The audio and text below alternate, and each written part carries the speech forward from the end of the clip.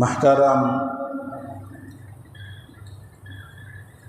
Islamic foundation থেকে একটা বিষয় দেওয়া হয়েছিল এই সপ্তাহে, নারী ও শিশু নির্যাতন ও যৌতুক প্রথার বিরুদ্ধে মানুষকে জানান দেওয়া এবং এ ব্যাপারে অনুৎসাহিত করা। বিষয়টা আমি এই জন্যই নিলাম, যেহেতু গত সপ্তাহে আমি মহিলাদের মসজিদে আসা যাওয়ার বিধান নিয়ে আলোচনা করেছিলাম এবং মহিলাদের অধিকার কি হবে, কত শুরুতে কত অধিকার, এ সম্পর্কে বিস্তর আলোচনা আমি জুম্মায় করেছি। প্রয়োজন হলে আবার ধারাবাহিকভাবে করব ইনশাআল্লাহ।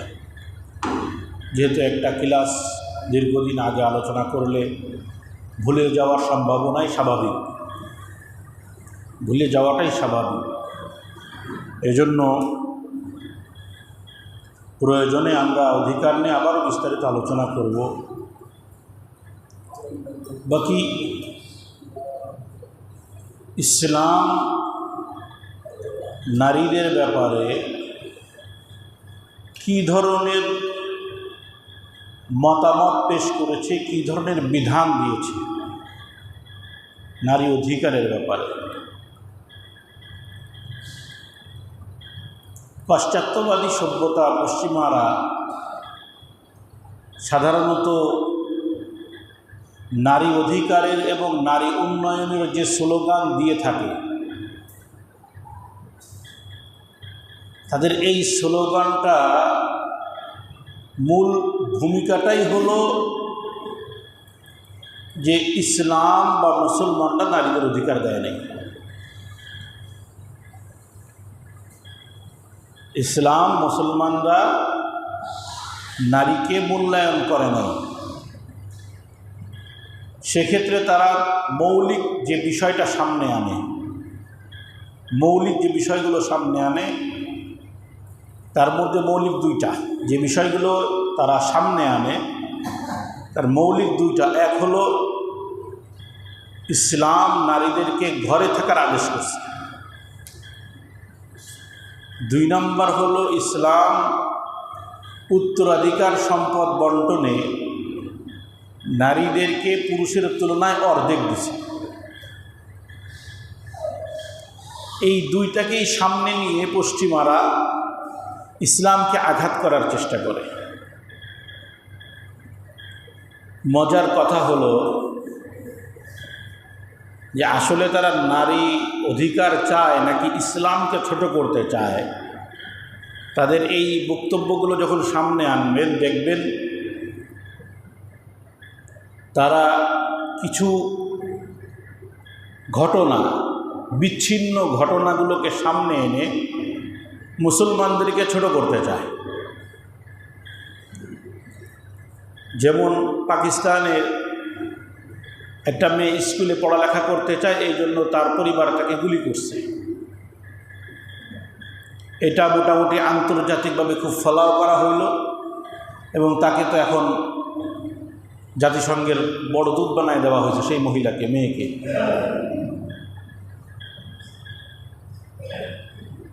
পাকিস্তানের কিছু জাতিগত কানুন আছে, নিয়ম আছে, জাতিগত, শুধু পাকিস্তান না, আমাদের যে পাহাড়ি অঞ্চলগুলো যে সমস্ত উপজাতিরা আছে, এদের ভিতরেও জাতিগত কিছু নিয়ম আছে। আপনি সেই জাতির নিয়মের বাইরে চলে যাবেন, আপনাকে মেরেই ফেলবে, মানে ওই জাতির যদি আপনি হন, তো সেটা আপনি জাতিগত প্রশ্ন তুলতে পারেন।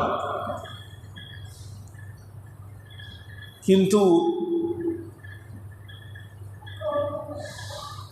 কোনো এক জাতিগত সমস্যা বা বিচ্ছিন্ন ঘটনাকে আপনি ইসলামের উপরে চাপায়া বলে দিলেন ইসলাম নারীদের শিক্ষার কোনো ব্যবস্থা রাখে নাই। কারা বলছে?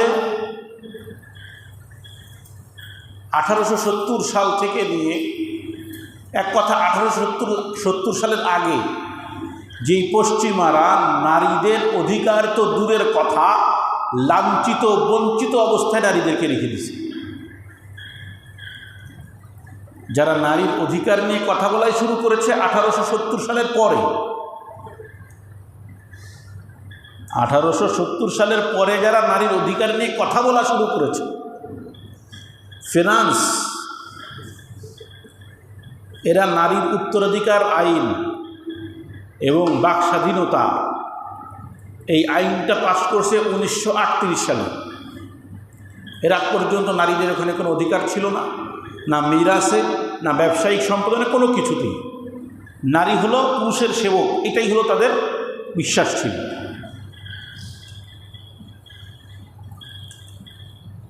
তারা আজকে নারীদের অধিকারের কথা বলে বুঝাইতে চায় আমরা বড় আধুনিক, অথচ তাদের বিশ্বাস হলো, সেই সময় তাদের বিশ্বাস ছিল নারী হলো সমাজের সবথেকে নিকৃষ্ট এবং সমাজকে অশান্তি সৃষ্টি করার মৌলিক কারণ নারী। এটা ফ্রান্সের 1938 সালের আগের মতবাদ।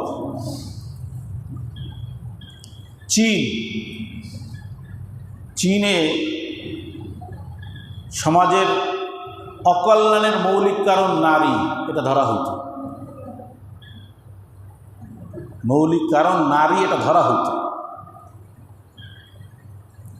আর আজকে চীনেরই এক প্রদেশে কেউ যদি মেয়ে সন্তান জন্ম দেয় তো তাকে আলাদা ভাতা দেওয়া হয়।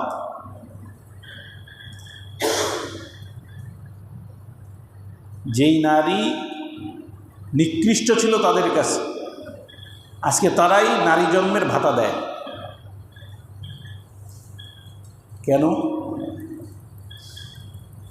হিন্দু ধর্মের কথা বলি নাই, কেন বলি নাই সবার জানা আছে, কারণ আমাদের পাশপাশে তো সব হিন্দু। ধর্মমত হিসেবে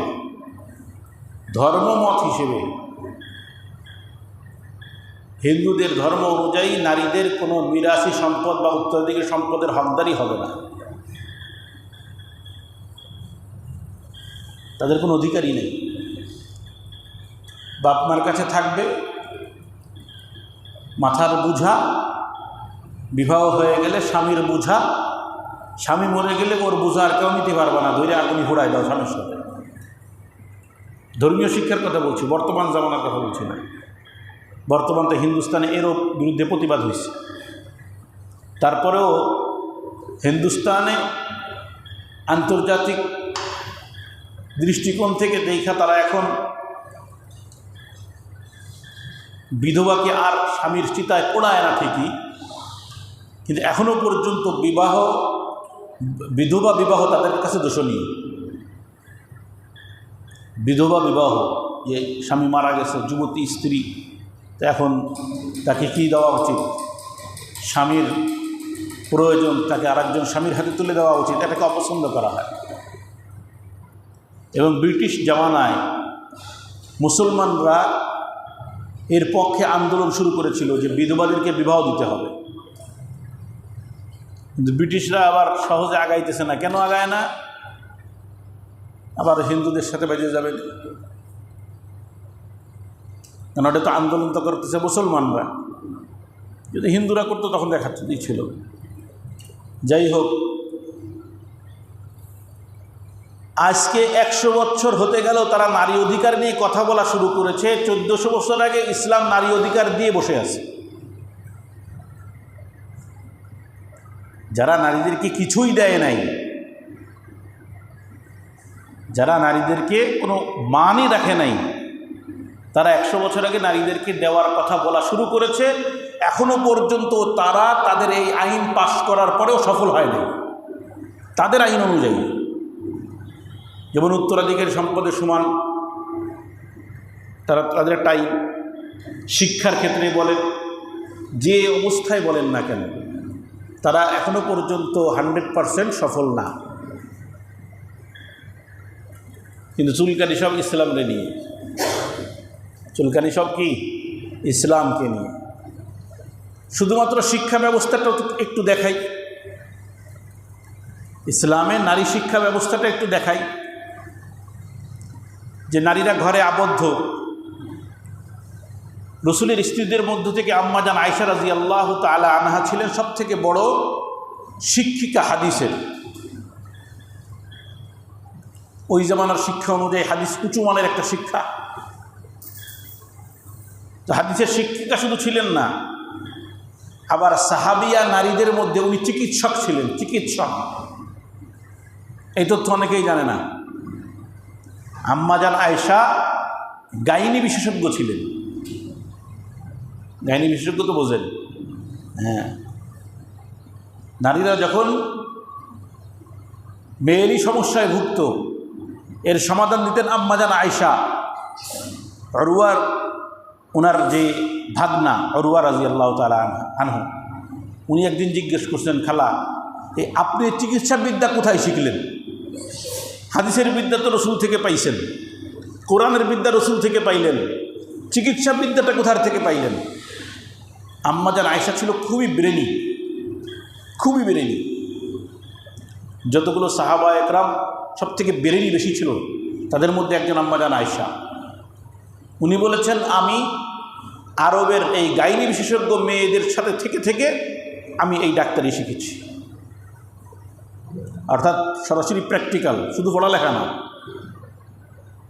পড়ালেখা তো থাকলোই, সাথে সরাসরি প্র্যাকটিক্যাল কি করছে? চিকিৎসা শিখছে, শিখে চিকিৎসা দিচ্ছে। হাদিসের ভিতরে আসছে, মহিলারা যখন তাদের মেন্সের সমস্যায় ভুগত, তো তারা বিভিন্ন আলামত আম্মাজান আয়েশার কাছে পাঠাইত, পাঠায় বলতো যে একটু সমাধান দেন। যারা বিবাহিতরা বুঝবে, মেন্স অনেকটা পেচিদা একটা বিষয়। মহিলাদের জীবনকে অনেক সময় ইবাদত বন্দেগী যারা নিয়মিত করে, মেন্সের কারণে তাদের জীবনটা অনেক সময় দুর্বিষহ ওঠে যদি অনিয়মিত হয়। মেন্স যদি অনিয়মিত হয় খুব কষ্ট হয়ে যায় মহিলাদের জন্য চলাফেরা করা। তো এর চিকিৎসা দিতেন কি? আম্মাজান আয়েশা। তাহলে এই চিকিৎসা যখন নবীর ঘরেই ছিল সরাসরি, আর অন্য সাহাবী তো ছিলেনই। উম্মু শিফা নামে একজন মহিলা ছিল রসুলের জামানায়, সেও ডাক্তার ছিল। খন্দকের যুদ্ধে আহত সাহাবীদের চিকিৎসার জন্য তাকে নিয়োগ দেওয়া হয়েছিল সরকারিভাবে, রসুল সরাসরি নিয়োগ দিয়েছেন। তার জন্য একটা তাঁবু, পর্দা করে তাঁবু টাঙায় দেওয়া হয়েছে যে তুমি এখানে থাকবে, আহত সাহাবীদেরকে আনা হবে, তুমি চিকিৎসা করবা। পহলে শিক্ষা ব্যবস্থা তো ইসলাম নারীদেরকে ঘরে আটকাইছে, পড়ালেখা করা লাগবে না, কিছুই করা লাগবে না। পাকিস্তানে কে কারে গুলি করছে, তাই ইসলাম বলে নারী শিক্ষার বিপক্ষে। সিরেফ মূর্খতা, আর কিছু না। ইসলাম সম্পর্কে অজ্ঞতা। ব্রিটিশরা চলে গেছে তাদের শিক্ষা রেখে। ব্রিটিশরা, আমি আগেও বলেছি মসজিদে, ব্রিটিশরা তাদের শিক্ষা আমাদেরকে রেখে চলে গেছে। তাদের শিক্ষায় শিক্ষিত হওয়ার পরে ইসলাম সম্পর্কে অজ্ঞ, আমরা ইসলাম সম্পর্কে কি অজ্ঞ। এখন তারা আমাদেরকে শিখাইতেছে কি, যে ইসলাম নারী উন্নয়নের প্রবক্তা না, নারী শিক্ষার পক্ষে ইসলাম না। তা আমরাও এবার তাদের বুলি আড়ানো শুরু করছি, ইসলাম কি না। সর্বপ্রথম আসেন, কোরআন নারী জন্মকেই সুসংবাদ বলে অভিহিত করেছে। সুসংবাদ, যে নারী জন্ম হওয়া মানেই ওই বাপমার জন্য সুসংবাদ যে তোমার ঘরে কন্যা সন্তান এসেছে। সূরা নাহালের 58 এবং 59 নম্বর হাদিস আয়াত, সূরা নাহালের 58 এবং 59 নম্বর আয়াতে আল্লাহ তাআলা বলতেছেন, ওয়াইদা বুশিরা আহাদুহুম বিল উনসা যাল্লা ওয়াজহুহু মুসওয়াদ্দাও ওয়া হুয়া কাযীম। কয় আরবদের অবস্থাটা কেমন ছিল, আরবদের অবস্থাটা কেমন ছিল? কয় যখন নারী জন্মের সুসংবাদ তাকে দেওয়া হয়, ওয়াইদা বুশিরা আহাদুহুম বিল উনসা, কন্যা সন্তান জন্মগ্রহণ করছে এমন সুসংবাদ যখন তাকে দেওয়া হয়, যাল্লা ওয়াজহুহু মুসওয়াদ্দাও ওয়া হুয়া কাযীম, তো সঙ্গে সঙ্গে তার চেহারা বিবর্ণ হয়ে কালো হয়ে যায়, দুঃখ ভারাক্রান্ত হয়ে ওঠে, কন্যা হয়েছে। আয়াতের এটা বুঝতে হবে। ওয়াইদা বুশিরা আহাদুহুম, যখন তাদেরকে সুসংবাদ দেওয়া হয়, তো কোরআন বলতেছে তোমার কন্যা হওয়া এটা সুসংবাদ। আর আরবওয়ালাদের অবস্থা কি ছিল? হায় হায় কন্যা হয়েছে, সি সি সি সি সি, সব মান গেল। কেন? নারী হওয়াটা এত লজ্জার কেন? কন্যা সন্তান হওয়াটা এত লজ্জার কেন? কারণ তাদের কাছে নারী একজন পুরুষের দাসী, নারী একজন পুরুষের ভোগ্য সামগ্র, আর কিছুই না। তো এখন বংশ যারা, তারা তো খুব বংশের অহংকার করত। তারা বলে আমি এত বংশের, এত বড় বংশের ব্যক্তিত্ব, আমার কন্যা একজন পুরুষের অধীনে যাবে, এটা মেনে নেওয়া যায়? মেরে ফেলো, জ্যান্ত কবর দিয়ে দাও, তারপরে এই মেয়ে রাখা যাবে না। কারণ মেয়ে তাদের কাছে বোঝা। আর যারা অসচ্ছল, এই তো সচ্ছলদের কথা বললাম, আর যারা অসচ্ছল তারা চিন্তা করে মেয়ে মানেই খরচ। যা বর্তমান জমানায়ও আছে, বল মেয়ে মানেই কি খরচ। এই জন্য আল্লাহ তাআলা বলতেছেন আমি তো সুসংবাদ দিচ্ছি। আল্লাহ নিজে বর্ণনা দিচ্ছেন, কন্যা হওয়ার অর্থ হলো তোমার কাছে একটা সুসংবাদ আসলো, তুমি কন্যা হইছে, আর তুমি সেই সুসংবাদটাকে কি করতেছো? ছুঁড়ে ফেলে দিচ্ছ। মুখ কালো হয়ে গেছে, বিবর্ণ হয়ে গেছে। ইয়াতাওয়ারা মিনাল কওমি মিন সুই মা বুশিরা বিহি, ইয়াতাওয়ারা মিনাল কওম, কন্যা সন্তান হয়েছে এ সংবাদ যখন বাবার কানে আসে, কওম থেকে, জাতি থেকে মুখ লুকায়। না না, কওমকে তো মুখ দেখানোর মতন নাই। মিন সুই মা বুশিরা বিহি, যেই সুসংবাদটাকে দেওয়া হয়েছিল, এই সুসংবাদের কেসে মন্দ মনে করে, খারাপ মনে করে সমাজ থেকে মুখ লুকায়। হায় হায় আমার তো কন্যা সন্তান হয়েছে। মা বুশিরা বিহি, আল্লাহ বলছেন আমি দিলাম সুসংবাদ, তোকে দিলাম কন্যা, আর তুই মুখ লুকাস। এরপরে সে কি মনে করে, তার ধারণাটা কেমন তৈরি হয়? আয়ুমসিকুহু আলা হুনিন আম ইয়াদুসুহু ফিত তুরাব, সে চিন্তা করে এই লাঞ্ছনা নিয়ে কি তাকে রেখে দিব, নাকি জমিনে পুঁতে ফেলব। আলা সাআ মা ইয়াহকুমুন, কত নিকৃষ্ট মতবাদে বিশ্বাসী এরা, কত নিকৃষ্ট ফয়সালা। যে কন্যা হইছে আর চিন্তা করতেছে কি লাঞ্ছিত অবস্থায় কি রেখে দেব, লজ্জিত অবস্থায়। কেন? কন্যার প্রতি টান তো আছে, বাবা তো কন্যার প্রতি টান আছে, কিন্তু কন্যা তো লাঞ্ছনা, লাঞ্ছিত হব আমি। তো এই লাঞ্ছিত অবস্থায় কি তাকে রেখে দিব, নাকি জমিনে পুঁতে ফেলব? এই ছিল তাদের মানসিকতা। আর কোরআন ওই মানসিকতাকে ভেঙে দিয়ে বলতেছে ওয়াইদা বুশিরা আহাদুহুম, এই আমি আল্লাহ তো তোমাকে কন্যা দিতেছি, সাধারণ বিষয় না, আমি মাওলার পক্ষ থেকে সুসংবাদ আসতেছে। কি সুসংবাদ? আল্লাহর হাবিব বলেন মান আলা জারিয়াতাইনি হাত্তা তাবলুগা, যে ব্যক্তি দুইটা কন্যা সন্তান বালেগ হওয়া পর্যন্ত, দুইটা কন্যা সন্তানকে লালন পালন করে, মানুষ করে, সুশিক্ষিত করে, আদব শিষ্টাচার শিখায়, হাবিব বলেন যা ইয়াউমাল কিয়ামাতি আনা ওয়া হুয়া, যা ইয়াউমাল কিয়ামাতি আনা ওয়া হুয়া, হাত দিয়ে ইশারা করতেছেন আনা ওয়া হুয়া, কিয়ামতের ময়দানে তার সাথে আর আমার সাথে সম্পর্ক হবে। এই দুই আঙ্গুল যেমন পাশাপাশি থাকবে, ওই কন্যার বাবা আর আমি নবী পাশাপাশি থাকব। এবার বুঝছেন এই সুসংবাদটা কি? আল্লাহ কয় আমি দিই সুসংবাদ আর তোর মুখ কালো হয়ে যায়। বেঈমান, নেমো খারাপ, আমি দিতেছি রহমত, আমি দিতেছি বরকত, আমি দিতেছি নিয়ামত, আর তোর মুখ কালো হয়ে যায়, কারণ তোর কন্যা সন্তান হয়েছে। কন্যা সন্তান আল্লাহর কত বড় নিয়ামত, কত বড় নিয়ামত। আমাদের অবস্থা এমনই হয়েছে, পুরো ছেলেরা হলো বংশের বাতি। হিন্দুয়ানি প্রথা আমাদের মধ্যে আসছে, ছেলে হলো বংশের বাতি আর মেয়ে হলো সমাজের, শুধু সংসারের না, সমাজের বোঝা। কেন? মেয়ে দিতে গেলে বিশাল পণ দাও, তাই তো? মেয়ে দিতে গেলে বিশাল পণ দাও, যৌতুক দাও। সুতরাং এই যৌতুক দিলে কি হবে? এই যৌতুক দিতে গেলে লাখ লাখ টাকা সব শেষ, সব শেষ। বাপের ঘরে কিচ্ছু নাই, নিজের জমিটাও জীবনে করতে পারে নাই। মেয়ে বিয়ে দেয় ঋণ করে। কেন? মেয়ে বিয়ে দিতে গেলে ঘর সব মেয়ের পক্ষের। হিন্দুয়ানি প্রথায় কি দেখছেন না বিয়ে? আমি দেখছি, যায় ওদের মধ্যে যায় দেখছি। আমার এক হিন্দু বন্ধু আছে, হিন্দু এক বন্ধু আছে, স্কুলের সাথী।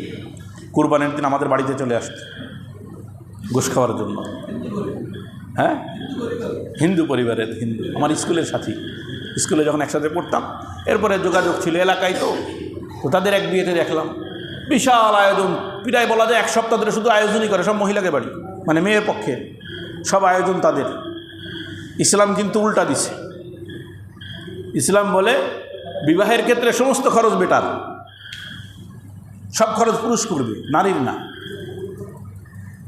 নারী হলো রাজরানী, তাকে পালকিতে করে আনবে, আবার সুন্দর বড় সুন্দর পালঙ্কে তাকে রাখবে আরাম আয়েসে। কোনো নারী যদি বিয়ের আগে শর্ত দেয় যে আমাকে রাখতে পারো, কিন্তু আমার জন্য একজন গোলাম অথবা বাদী অথবা এক কথা সেবক রাখতে হবে, এখন তার গোলামবাদী নাই, তো স্বামী ওই স্ত্রীকে আনতে হলে ওই গোলামবাদী দিয়ে তারপরে আনতে হবে। কথা বলতেছেন কি হয়েছে? কোনো সমস্যা হয়েছে? আওয়াজ হচ্ছে একটা, মাইকে সমস্যা আছে তাই? ওহিত ভাই কই, কথা ক্লিয়ার হচ্ছে তো? আচ্ছা, তো এখন দেখেন, এখন নারী আমাদের কাছে বোঝা কেন হবে? কারণ নারীকে বিবাহ দিতে গেলে, কন্যাকে বিবাহ দিতে গেলেই বিশাল খরচ আমাদের ঘাড়ে। এই প্রথা আমাদের হিন্দুস্তানের মধ্যে এসে যাওয়ার কারণে আমাদের কাছে এখন বোঝা মনে হয়, এবং এটাকেই বোঝা মনে করে বর্তমানে আর কন্যা হওয়ার পরে কবর দেয় না, কন্যা হওয়ার আগেই কবর দিয়ে দেয়। বর্তমান আধুনিক জামানায় প্রযুক্তির কল্যাণে যখনই প্রেগনেন্সি ধরা পড়ে, তখন প্রযুক্তির কল্যাণে বুঝে ফেলে ভিতরের ভ্রূণটা কন্যা নাকি ছেলে, পুরুষ না মেয়ে। বাস প্রযুক্তির কল্যাণে যখন বুঝে ফেলে, তখন ওইটাকে নষ্ট করে ফেলে। যখন দেখে কন্যা, তো নষ্ট করে ফেলে। কেন? কারণ কন্যা নিতে চায় না, হওয়ার পরে তো সমস্যা, সমাজ তো এটা মেনে নেবে না।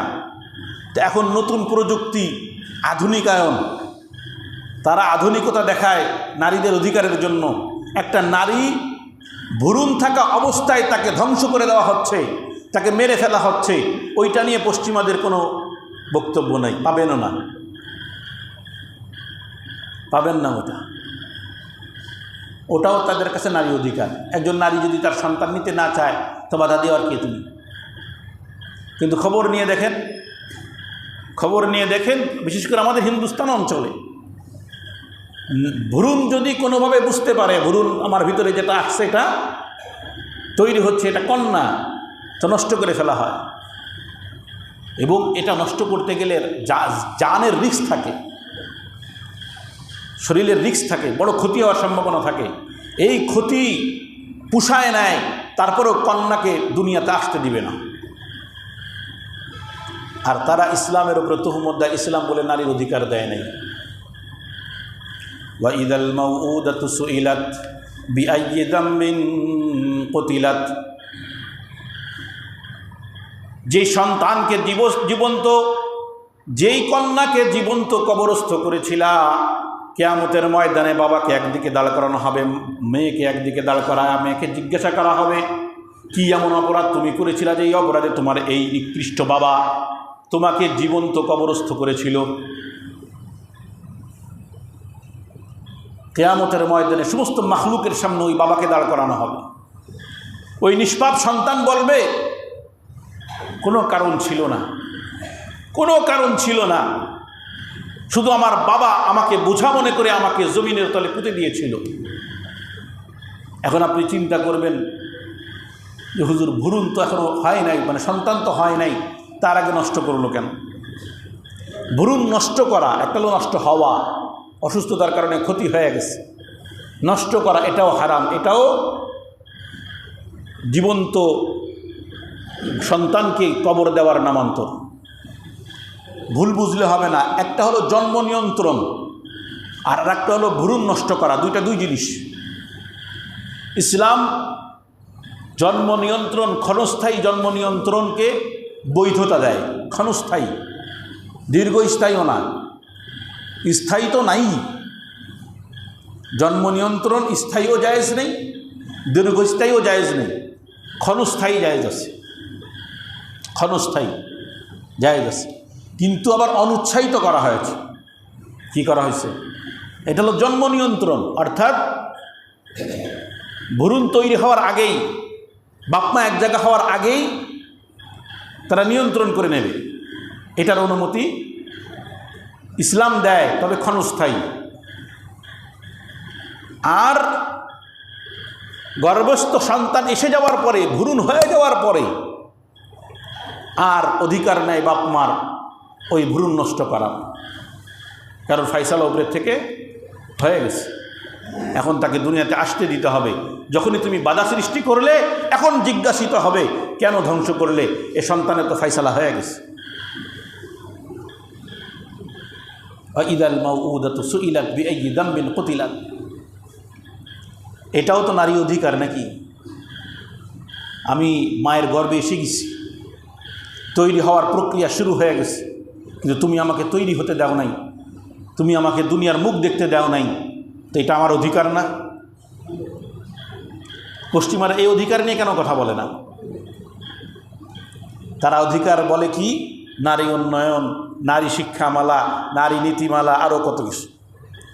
নারী উন্নয়ন নীতিমালা আমি আপনাদেরকে কয়েকদিন আগে বলেছিলাম, রমজানের আগে। নারী নীতিমালা, নারী উন্নয়ন নীতিমালা। আচ্ছা, উন্নয়ন শব্দটা কোন ক্ষেত্রে প্রয়োগ হয় আপনারা বলেন তো? আল্লামা আবু তাহের মিসবাহ দামাত বারকাতুহুম অনেক সুন্দর একটা সাক্ষাৎকার দিয়েছিলেন এক সাংবাদিককে। ওই সাক্ষাৎকারে উনি এই কথাটা বলেছিলেন, নারী উন্নয়ন নীতিমালা। এখানে শব্দগত ভুল আছে। উন্নয়নটা কিসের হয়? বস্তুর হয়। শিক্ষার উন্নয়ন হয়, সমাজের উন্নয়ন হয়, ব্যবসার উন্নয়ন হয়, প্রতিষ্ঠানের উন্নয়ন হয়, কলকারখানার উন্নয়ন হয়। নারী কি এতই নিচু যে নারীর উন্নয়ন করবে? নারী উন্নয়ন নীতিমালা পাশ করা গেল না গত সরকারও একবার? আওয়ামী লীগের সময় হয়েছে, আবার এই সময় হয়েছে। আর নারী উন্নয়ন নীতিমালা, এখানে শব্দই তো ভুল। তুমি শব্দ দিয়েই তো আগে নারীদেরকে শেষ করে দিছো। একটা প্রতিষ্ঠান, একটা বস্তু, একটা কারখানার সাথে একটা নারীকে মিলাই দিছে। এই জন্য নারী উন্নয়ন নীতিমালা নয়, নারী অধিকার নীতিমালা। এই কথাটা যদি হেডলাইন হয় তখন কথা উপযুক্ত হবে। তখন কথা উপযুক্ত হবে যে নারী অধিকার নীতিমালা। এইবার আসেন তারা নারী অধিকার নিয়ে কি বলে? নারী শিক্ষা, নারীর উত্তরাধিকার সম্পদ, আর নারীর সমাজ ব্যবস্থায় কর্মসংস্থানে নিজের থেকে নিজের প্রয়োজনে নিজে যোগ দিবে। এ হলো তাদের অধিকার। এই নিয়ে এই তিনটা বিষয় নিয়ে দেখবেন ওরা দৌড়দৌড়ি করে। এই তিনটা বিষয় নিয়ে দৌড়দৌড়ি করে। আমি শিক্ষার কথা শুরুতেই বলে দিলাম যে নারী শিক্ষানীতি যেটা ইসলাম বহুত আগেই দিয়ে দিয়েছেন। সাহাবিয়া নারীদের মধ্যে ডাক্তার ছিল, সাহাবিয়া নারীদের মধ্যে ব্যবসায়ী ছিল, নারী সাহাবিয়াদের মধ্যে যারা, তার মধ্যে আম্মা জান আয়েশাও নিজে একজন ডাক্তার ছিল। এবার আসেন আর একটু উদাহরণ দেই। রসুলের স্ত্রী, ঘরের স্ত্রী জাইনাব রাদিয়াল্লাহু তাআলা আনহা, উনি কুটির শিল্প আছেন, আমরা বলি কুটির শিল্প। এই কুটির শিল্পের বড় শিল্পকার্যের একজন বড় ব্যক্তিত্ব ছিল। উনি এই শিল্পে কার্যের মাধ্যমে ইনকাম করতেন, রসুলের সহযোগিতা করতেন, আবার সদকাও বেশি করতেন। আম্মাজান আয়েশা বলে যে আমাদের মধ্যে জয়নাব তো ব্যবসা করত, এই জন্য সবথেকে বেশি দানশীলা জয়নাব ছিল। বেশি দান বেশি করতো জয়নাব। কেন? কারণ সে ব্যবসায়ী ছিল। নারীরা যদি ব্যবসা করতে না পারে তো রসুলের ঘরে থেকে রসুলের স্ত্রী ব্যবসা করলো কেমনে? আমার কথা বুঝছেন তো? ইসলাম জানোই না তুমি, এজন্য বলতেছো ইসলাম নারীদেরকে পিছে ফেলে দিয়েছে শিক্ষার ক্ষেত্রে। তুমি জানোই না ইসলাম। যেহেতু তুমি তাদের শিক্ষা নিয়ে বসে আছো, আর তারা তোমাকে রেকর্ড করা একটা ওই যে কি বলে ওকে পুতুল, রেকর্ড করা কিছু পুতুল আছে না, ওর মধ্যে নির্দিষ্ট কিছু গান বাজনা ঢুকায় দেয়, এবার যখন ওইগুলো বাচ্চারা বাজায় ওই একটাই শুধু বাজে। তো তাদের শিক্ষানীতিটা কেমন জানেননি? আমাকে আপনাকে একটা বুলি শিখাই দিছে। শিক্ষার মূল বিষয় হলো ইসলাম এটা দেয় না, ইসলাম ওইটা দেয় না, ইসলাম এটা করে না, মুসলমান ওইটা করে না, ব্যাস ওইবার ওইটাই আড়ায়, ওইটাই আওড়াইতে থাকে, ওইটাই আওড়াইতে থাকে। দেখেন তারা সোচ্চার নারী অধিকার নিয়ে, আর ইসলাম 1400 বছর আগে নারীর অধিকার দিয়ে দিয়েছে। যারা অধিকার দিয়েছে এখনো 100 বছর পূর্ণ হয় নাই। 100 বছর এখন 38 সাল তো এখন আসে নাই। 1938 সালে যারা নারী অধিকার নিয়ে আইন পাশ করেছে, এখন 100 বছর পূর্ণ হয় নাই। আর আইন পাশ করার পরেও পরিপূর্ণরূপে আইন এখনও প্রয়োগ করা তাদের পক্ষে সম্ভব হয় নাই। অথচ 1400 বছর আগে নারী অধিকার নিয়ে ইসলাম কথা বলে দিয়েছে। এখন কথা হলো যে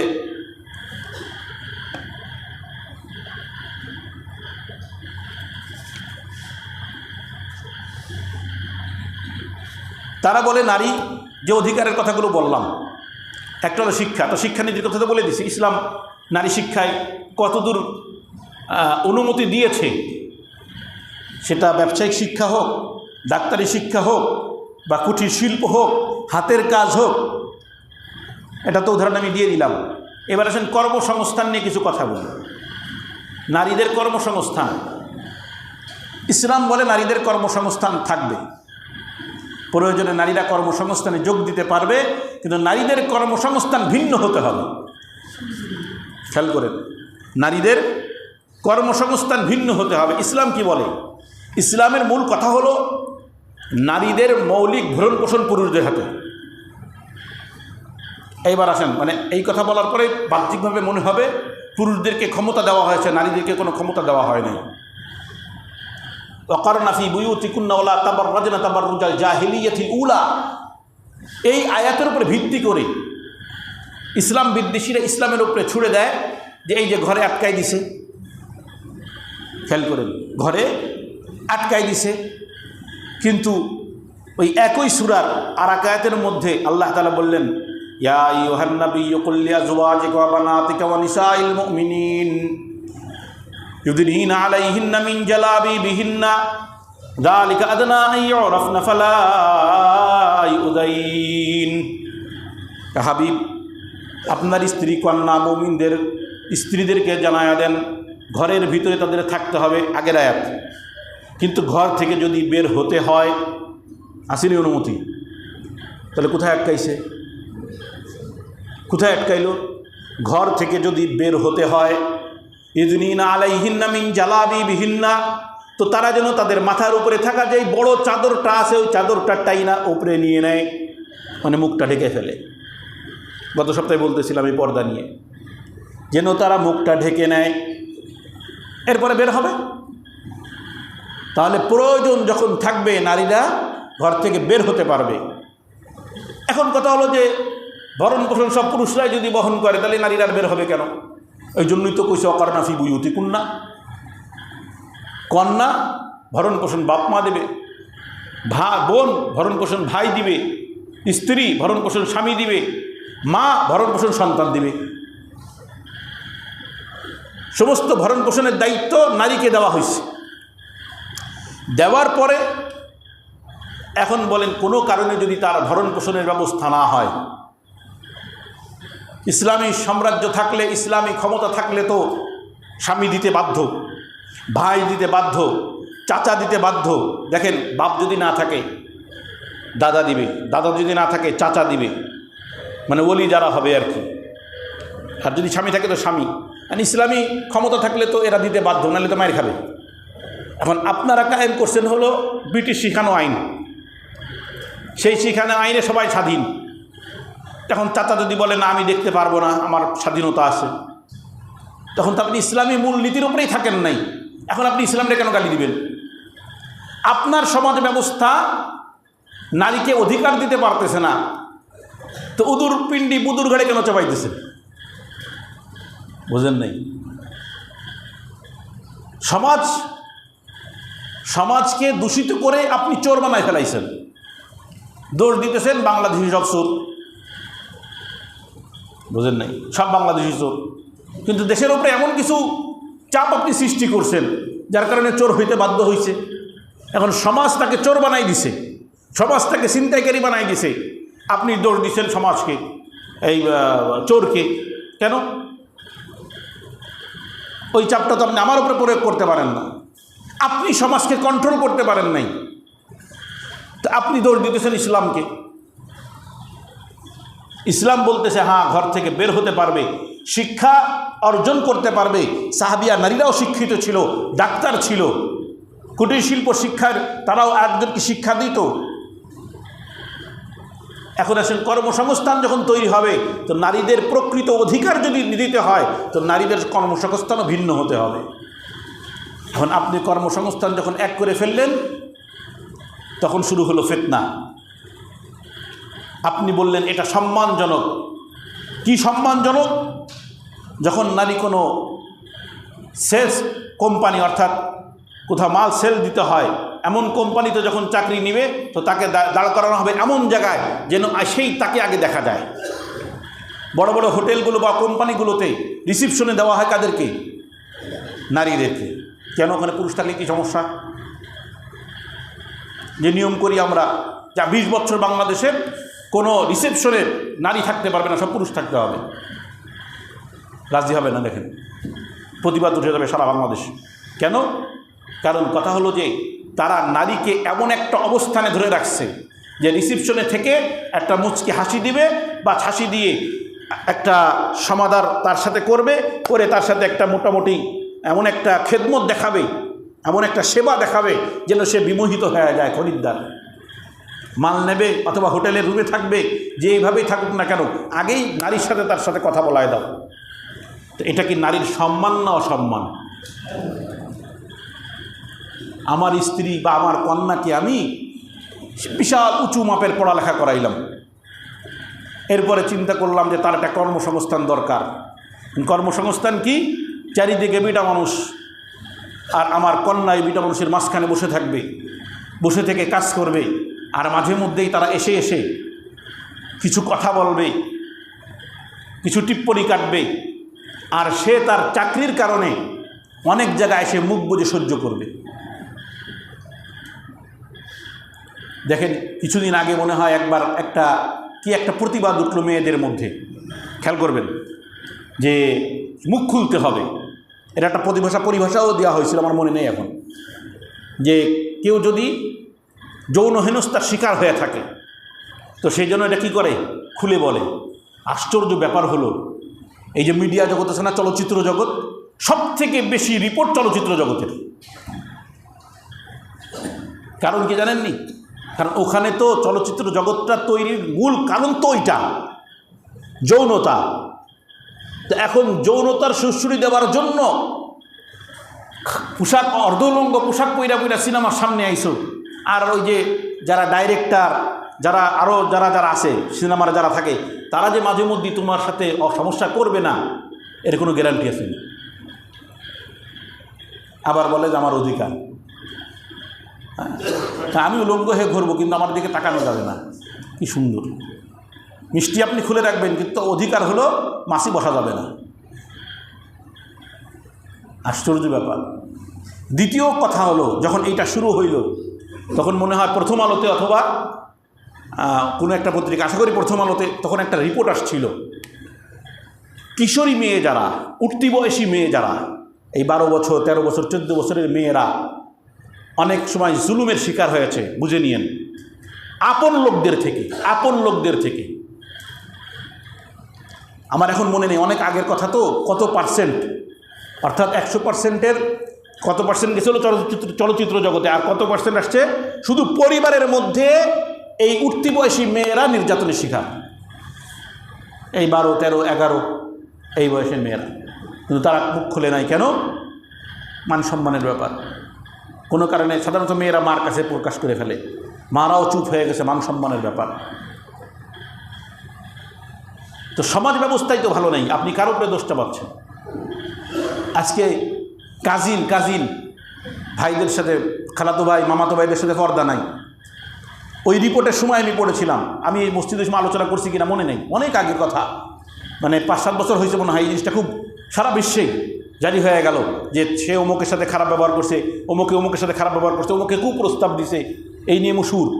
সেই সময় পারিবারিক এই সমস্যাটা ধরা পড়লো কত পার্সেন্ট, তার অধিকাংশ হলো নিকট আত্মীয়, যারা হয় মামাতো মানে কাজিন সম্পর্কীয়, অথবা চাচা মামা দুঃসম্পর্কের বা আশেপাশের আত্মীয় স্বজনের এরকম মামারা যাদের সাথে পর্দা হয় না, ঘরের লোক তো, তাদের থেকে নির্যাতনের শিকার হয়েছে।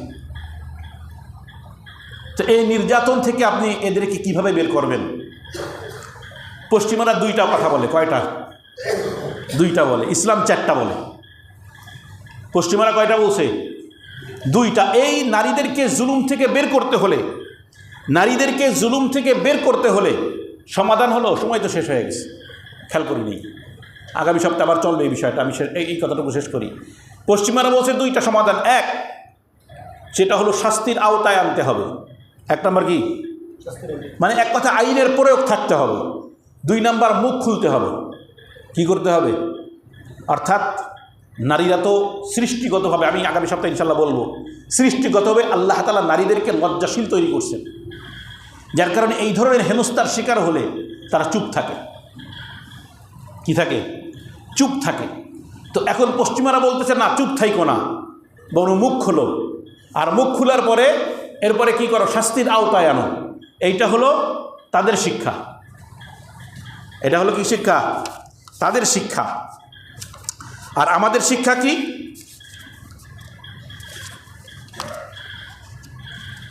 ইসলাম বলে 4টা। ইসলাম বলে কয়টা?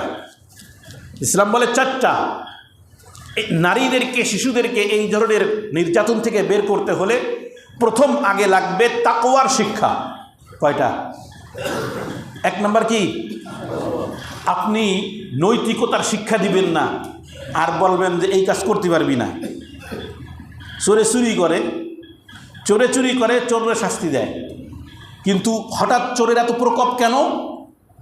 খেয়াল করেন কেন?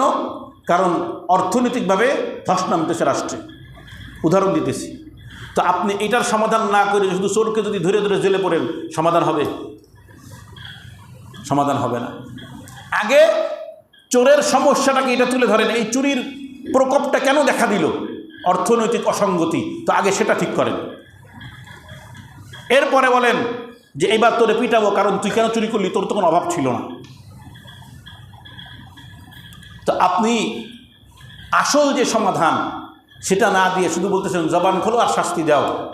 ওইদিকে যেটা লুচ্চাই রয়ে গেল, যেটা হারামি সেটা হারামিই রয়ে গেল, যেটা চোর সেটা চোরই রয়ে গেল, সব ঠিক থাকলো। এই জন্য সর্বপ্রথম সমাধান আগে তার ভিতরে তাকওয়ার শিক্ষা ঢুকাও। আগামী সপ্তাহে ইনশাল্লাহ এই তাকওয়ার শিক্ষা থাকলে কি হয়, এই 4টার বিষয়ে তাকওয়ার শিক্ষা থাকলে কি হয়, একটা গল্প আছে, মজার গল্প, কিন্তু এখন বলতে গেলে সময় চলে যাবে।